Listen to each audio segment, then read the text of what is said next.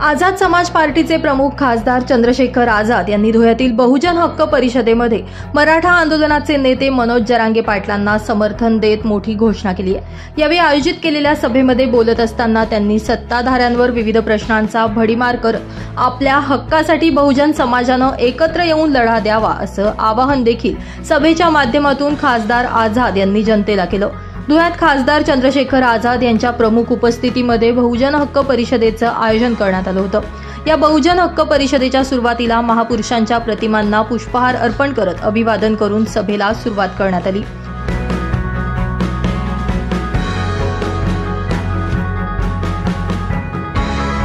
जेब चलाने के लिए करनी चाहिए थी सरकार को, लेकिन कहां की है? कुछ भी तो नहीं। फिर सरकार अगर आपकी होती तो आपके क्षेत्रों में उद्योग धंधे लगने चाहिए थे कि पढ़े लिखे नौजवानों को और माताओं बहनों को रोजगार मिलता और वो सम्मानते हैं।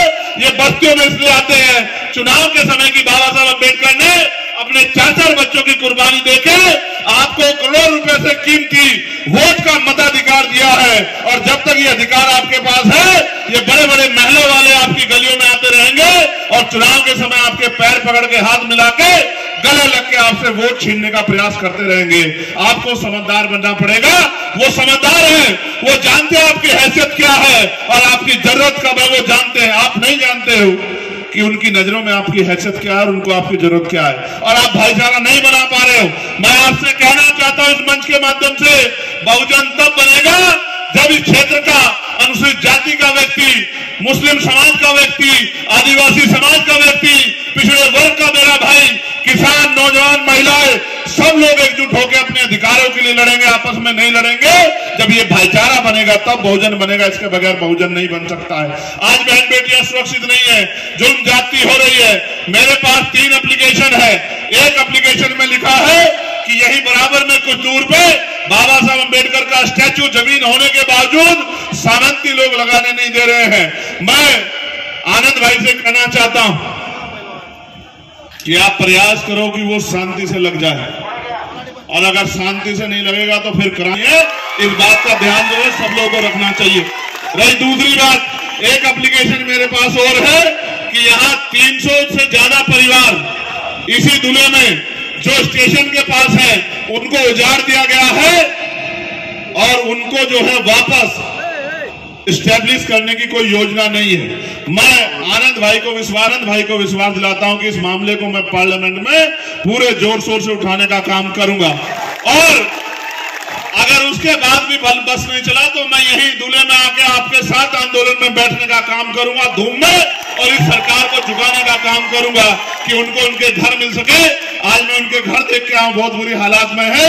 वो आई मेरी आंखों में देख के कह रही थी कि बेटे अगर आप जैसे कुछ लोग यहाँ तैयार हो जाएं तो हमारी परेशानियां हल हो जाएगी। मैं कहता हूं उस माँ को कि यहाँ मेरे जैसे लाखों नौजवान तैयार हैं, बस आप उनको पहचान लो। ये जो नौजवान इस मंच पे बैठे हैं, ये जो जिम्मेदार लोग इस मंच पे बैठे हैं, ये हर एक शख्स जो है चंद्रशेखर आजाद है। आप बस मेरी तरह, जिस तरह उन्होंने मेरे हाथ मजबूत करे हैं, आप इनके हाथों को मजबूत कर दो, फिर देखना कि आपकी तरफ कोई आंख नहीं उठा के देख पाएगा। दी गई है हमारे सम्मानित को लेके मैं उनको विश्वास दिलाता हूं। उनकी एक सबसे बड़ी जो तकलीफ है वो ये है कि पहले महार रेजिमेंट में जय भीम का नारा शान से बोला जाता था, ये नहीं है भाई, अब का नारा नहीं लगाने दे रहे। मैं आपको विश्वास दिलाता हूं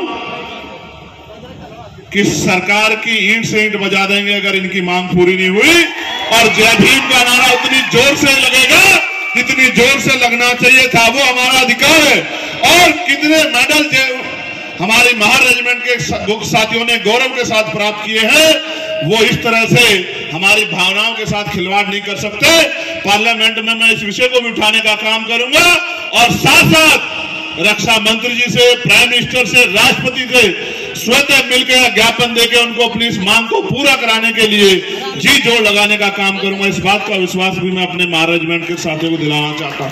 लेकिन मैं आपसे भी कहना चाहता हूं, उन्होंने आंदोलन शुरू किया था, हमारे आजाद समाज पार्टी भीम आर्मी के साथियों ने उनको समर्थन दिया था। और मैं फिर आपसे कह रहा हूँ, कोई भी अपने हक की लड़ाई लड़ेगा तो भीम आर्मी, आजाद समाज पार्टी उसका सहयोग करेगी। मनोज भाई अपने हक की लड़ाई लड़ रहे हैं, हम मनोज भाई की राजनीतिक रूप से नहीं, ये नहीं कि चुनाव का समय, क्योंकि मैं अब आया हूँ इसलिए आज कह रहा हूँ। तो इससे पहले आप देखोगे तो हमारी स्टेट की टीम इस बात की घोषणा पहले से कर चुकी जब उनका आंदोलन सड़कों पर था। तो हमारा उनको समर्थन है और मेरा विश्वास है कि हम एक इस लड़ाई को अंजाम तक पहुँचाएंगे। अगर पार्लियामेंट में भी इस विषय को उठाना पड़ा तो मैं जोर शोर से महाराष्ट्रातील राजकारण सध्या वेगळ्या दिशेने चाललंय। ज्यांची चौकशी केली जाते ते सत्तेत बसल्यानंतर चौकशी बंद होते। हजारो कोटींचा घोटाळा करणाऱ्यांना माफ केलं जातंय, मात्र सर्वसामान्य नागरिकांचं वीज बिल थकलं तर तात्काळ वीज कपात केली जाते। गरिबी आणि भूकबळीमध्ये भारताचा जगात पहिल्या 5 मध्ये समावेश आहे। मग विकसित भारत कुठे, असे अनेक उदाहरणं देत त्यांनी सत्ताधाऱ्यांवर जोरदार तोफ डागली।